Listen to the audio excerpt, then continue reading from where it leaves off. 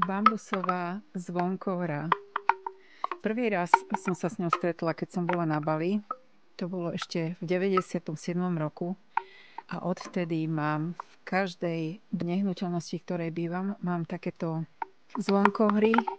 Vlastne vešam to pred okno, na terasu, na balkón, pred dvere, kvôli tomu, že ochraňuje pred zlými duchmi a negatívnou energiou.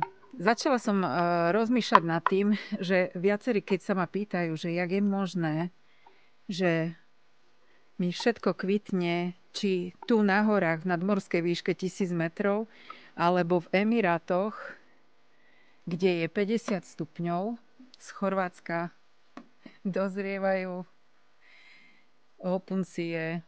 Tak som nad tým rozmýšľala a zistila som veľmi zaujímavú vec práve o týchto zvonkohrách.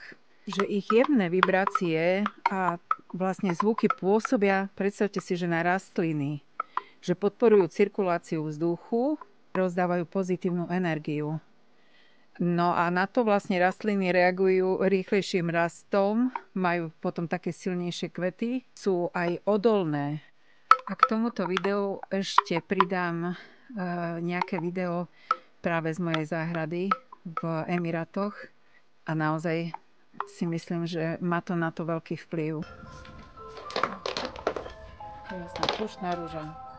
A toto je ďatlovník. To som zasadila z ďatle. Tak to krásne vyrastlo už.